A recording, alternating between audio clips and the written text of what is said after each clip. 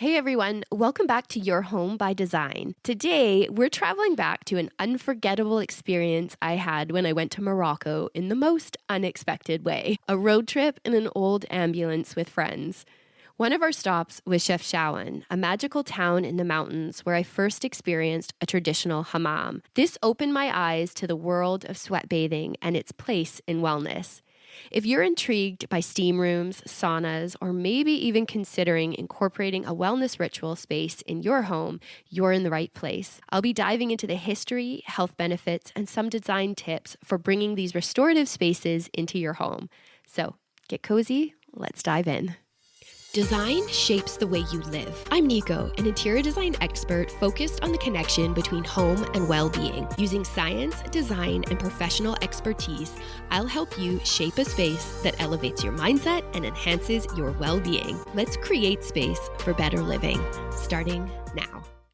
So a long time ago, I went to Morocco in an old ambulance. I'm not kidding. We actually did a tour of Morocco in a beat-up old ambulance. At the time, I was living in England, so I went with a group of friends. And a few of my friends had been to Morocco on this tour before. So it was like, oh my gosh, it's going to be amazing. You have to come. It's the most amazing tour of Morocco and you're going to love it and da-da-da. So it was like all this excitement around this trip that we were all going to go on. And I didn't really think about, what does the transport look like? In my mind, I thought we were about to get on a tour bus with seats and seatbelts. But no, I'll never forget the night where we were all standing on the side of the curb waiting for this bus to show up. And lo and behold, an ambulance pulls up. And we all just piled in, we put our backpacks down, we covered them with blankets, and off we went. And I think that first night we drove like a ridiculous amount of hours to get to our first destination.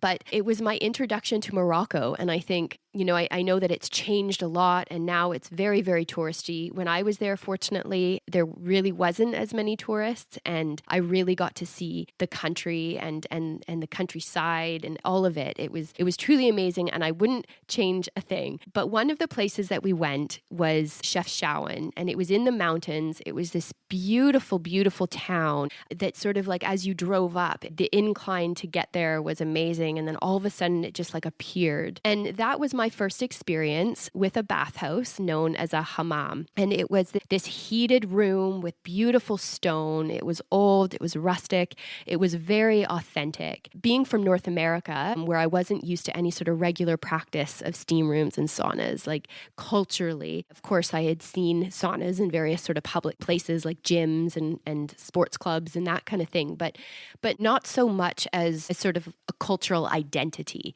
And then another time, this was when I was back in North America, I was invited by a family friend to go with her to a Korean spa. And it was amazing. Like I just couldn't get over the fact that people were there just to hang out for the afternoon or for the day. It wasn't fancy, it wasn't formal. You walked in and it was like a gym. They gave you shorts and a t-shirt and you went off to a change room, changed into them, and then from there you were able to use the facilities. And in the facilities, there was like 5 different rooms, I think, with different types of heating. So there was a steam room, there was a salt room, which I loved because there was all these salt rocks on the floor. And then there was blankets over top and then this beautiful lighting. And it was just so warm and amazing. And you would just go in there and you could just lie on the floor. They had these little wooden sort of headrests. So I spent lots of time in there, and there was a steam room, I believe, as well. And so just a bunch of different rooms that you could just kind of at different temperatures. So when you got really hot in one, you could then just go wander and sit in another. And I believe one of the rooms you could talk. A few of them were silent rooms. You weren't allowed to talk. There was also like jacuzzis in the back and areas where you could get a massage. There was even a little cafeteria. And so we, after being there for a few hours, we went and grabbed a little bite to eat. And it was the first time that I had the most amazing Korean kimchi. I mean, literally since then, I've been trying to recreate the taste of that, which I am not able to do.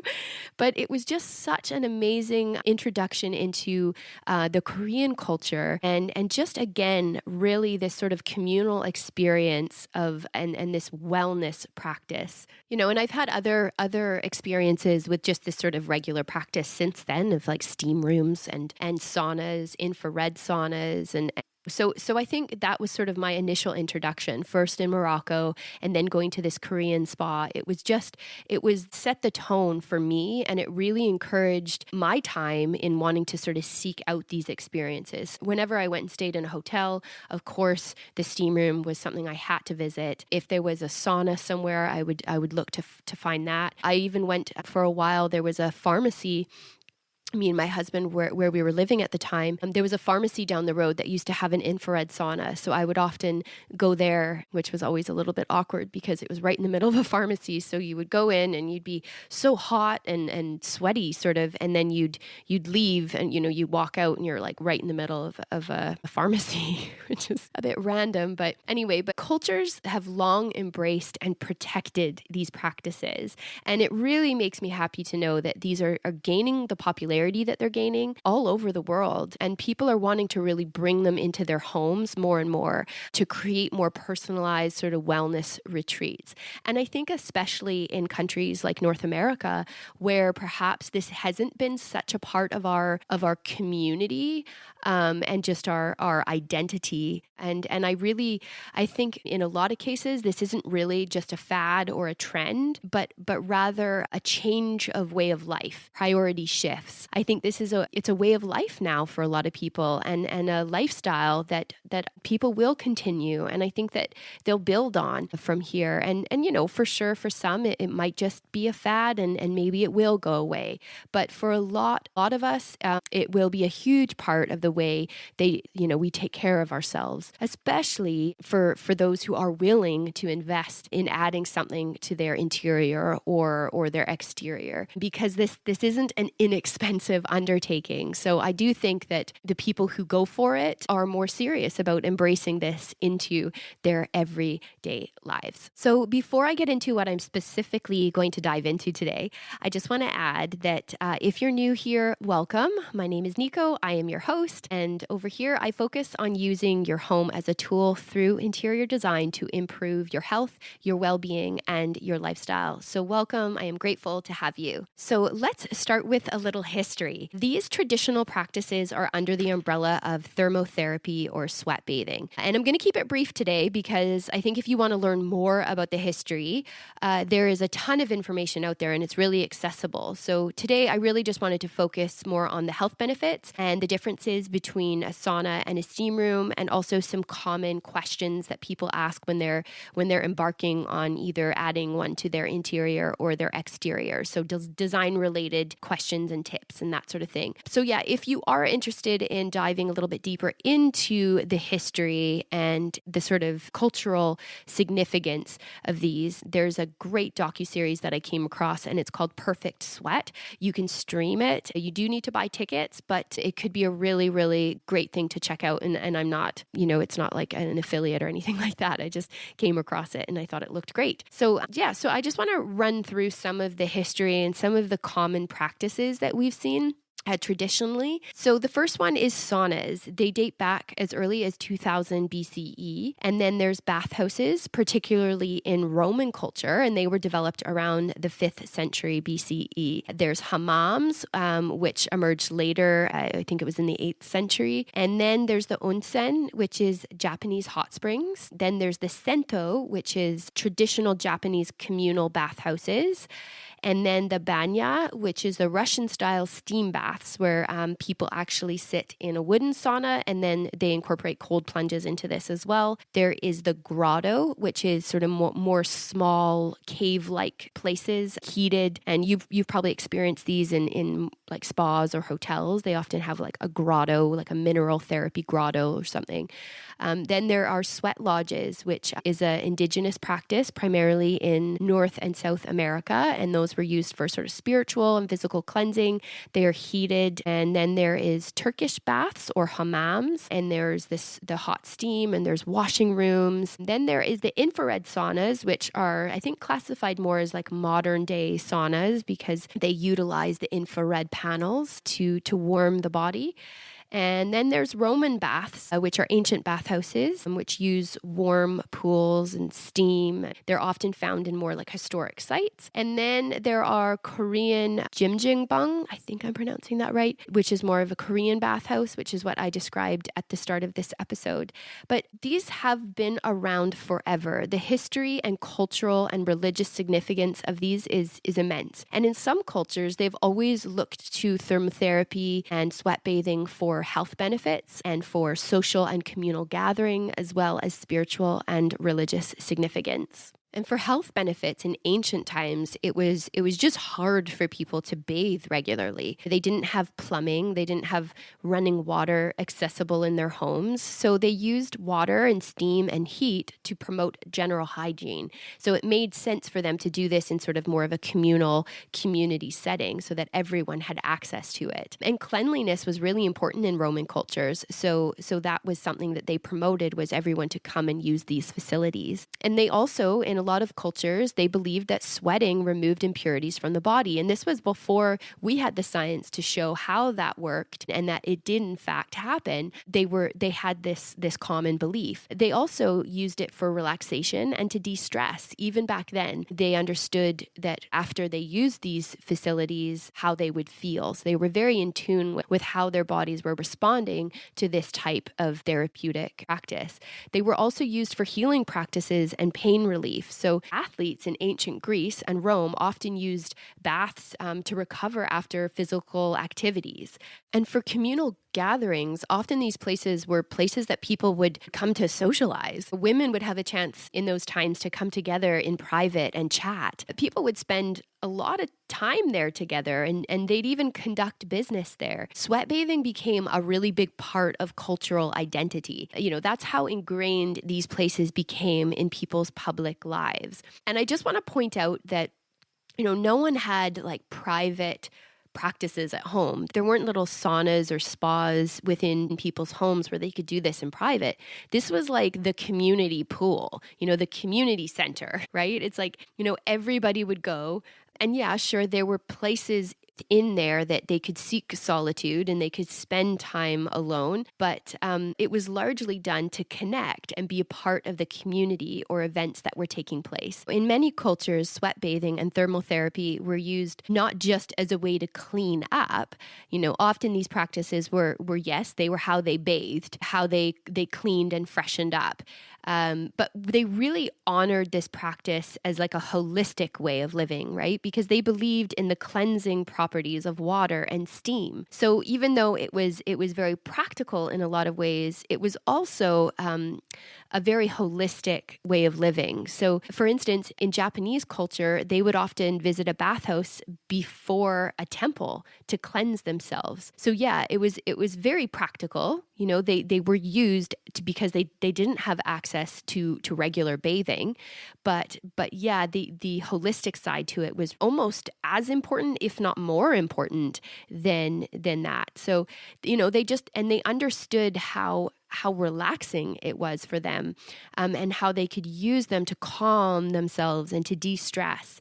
And I just love that, because I think even now, bathing, it really hasn't changed. The ways that we bathe, we do look at it as a chance to relax and to de-stress. There's a reason we want aromatherapy in our showers, or we want to soak in a big bubble bath.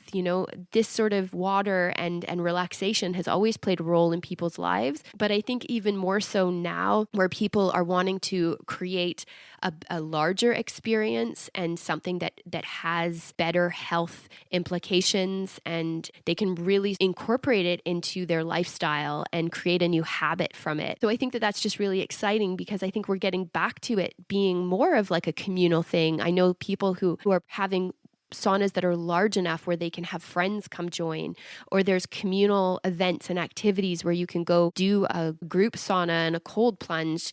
And it's not done alone, it's done with a group. And I love that. I think that there's such a balance that we're seeing right now, where people are really just wanting to incorporate it from a wellness standpoint. And actually now it's shifted a little, obviously. In ancient times, again, that practical stance, they They didn't have a bathroom to clean themselves, so they needed these communal spaces to do that. But they also had them as holistic practices, whereas I think now we're seeing it more of like, okay, we have the plumbing, we have the ability to clean ourselves regularly. So now we're just looking to introduce these practices for the health benefits and for amazing things that come from having them. So what is the main difference between saunas and steam rooms, aside from the obvious? Saunas are dry heat and steam is wet.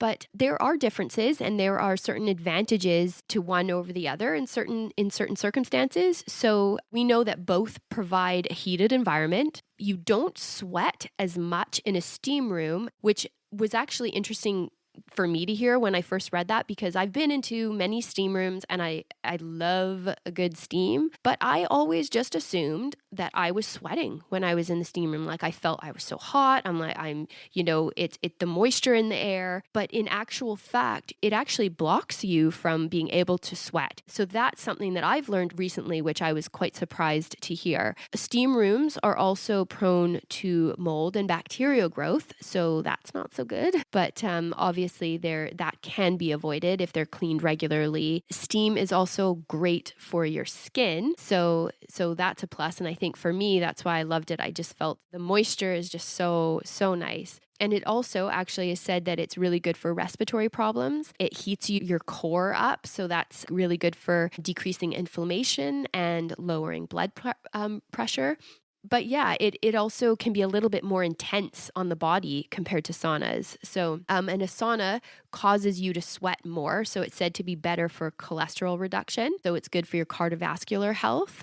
Also, it's said to be immune boosting for colds and flus. So that's pretty amazing. And it's, of course, good for detoxification because you are sweating so much when you're in there. So yeah, that was just, as I mentioned, that was interesting to me because I just assumed that I was sweating as much in a steam room as I was in a sauna. And that's not actually the case. There's some differences. And so I think when it comes down to which one, if you're somebody who's trying to decide between a steam room or a sauna, I think it really comes down to what you want from it and the type of heat that you enjoy, because they both do have benefits. But I would say in terms of detoxification, one of the things that I've sort of changed my mind a little bit is that a sauna actually detoxifies your body better, from what I've read, than a steam room. So, but do some research on the differences, because there are differences. And I think that it really comes down to a personal choice and what your personal goals are for using them. So now let's chat about some of the design, and I'm going to cover some common questions. So the first being, if you want to turn your existing shower into a steam shower. I've had a few people actually ask me this. And yeah, so if you are thinking about doing this, depending on your shower, because that's a factor in this. Yeah, this might be the most cost effective because you're not starting from scratch, right? But I will say that if you are to retrofit your existing shower, there are some very important things to note. And first, I would make sure you have the space for a bench, because if you have a really tiny shower and you're like, oh, this is perfect, I want to convert it to be a steam shower, well, you have to make sure that it can accommodate a place to sit, because if you're going to spend 20 minutes in there, you don't want to be standing. That defeats the purpose, I think, of incorporating a place that you can relax and de-stress when you have to stand. The other thing is the ceiling needs to be slanted. And this is really important because as the condensation forms on the ceiling, drips start to happen. And if that ceiling is flat, those drips will drip straight down. If that ceiling is sloped, the drips actually end up running down and dripping down the wall. So I've actually been in a steam room before where the ceiling wasn't sloped, and it was really, really frustrating. I would say that it actually took away from the experience, because I was sitting there and I was so excited to be in the steam room. I was like, oh yes, I'm relaxing. This is amazing. And then all of a sudden it was like drip, drip. right on the top of my head, and it was cool drips that was landing on my head. So it was really hard. I would sort of like try to back up and get away from it, and I just kept hearing the drips, and then it was dripping all over, and it just really, really changed my experience. So make sure you get a nice sloped roof. And this is something you're going to want to talk through with your plumber, your contractor, because you can get these amazing little steam units, and then they can be plumbed in. But you're obviously going to have to talk to somebody who's done it before and who knows about it, so that they can help you through that process and walk you through the best options for the size of shower, the amount of steam, also ventilation and waterproofing. That is very, very important, because steam rooms can be more prone to bacteria and mold growth. You are going to need it to be really, really well ventilated with an exhaust fan and waterproofing. Just make sure you just talk to somebody who knows what they're doing, so that you don't, run into any sort of problems. So that's if you want to retrofit an existing shower. But if you're not wanting to do a steam shower conversion and you want to add it somewhere else in your home, other good locations would be if you had a bathroom, say in your basement, or a place where you can add a spa room where you have a steam shower. But again, with steam, you have to make sure that you have adequate waterproofing and ventilation. So I can't stress that enough. If you want to add a sauna somewhere inside, this may be a little easier, as there are great sauna kits, and you don't have to worry about the plumbing. But you have to work through where it's going and what it looks like around where it's going. A steam room is going to be a little bit more of like a bathroom, so you're going to have more tile and stone, whereas a sauna room, you're really introducing a lot of wood into a space,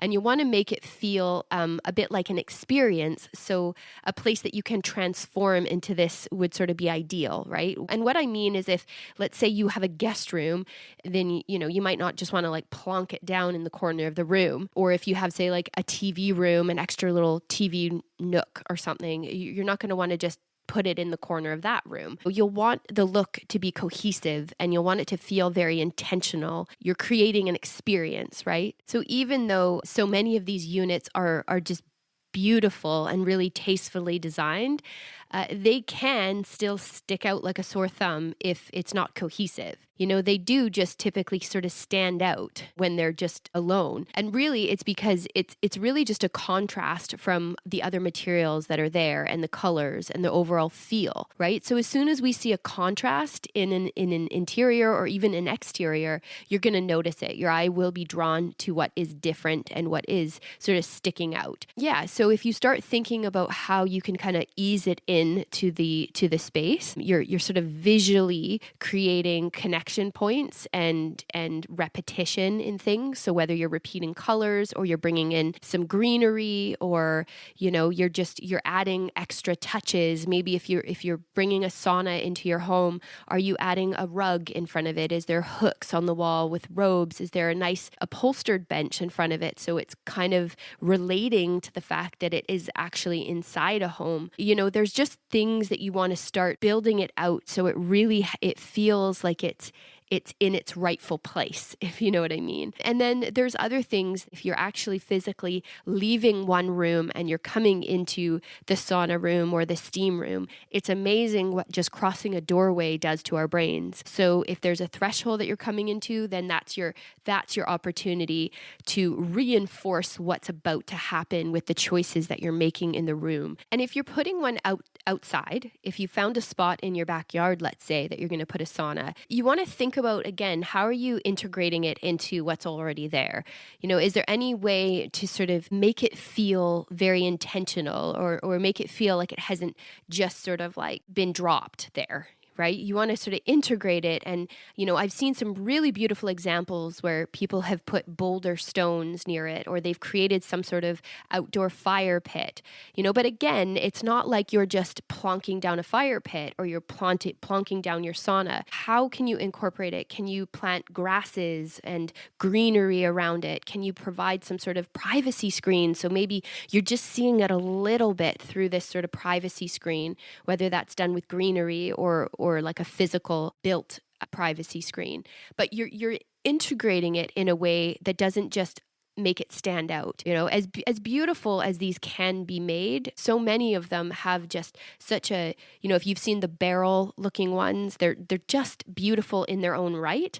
But again, anything can kind of stick out and feel like it doesn't have a place for it. It needs to feel anchored into the rest of what's going on, and especially for it to not feel like it just was dropped. You want it to be like it's spent some time there already. The other thing to consider is if you have a shower accessible, is there some way that you can place it so that it's in closer proximity to a shower?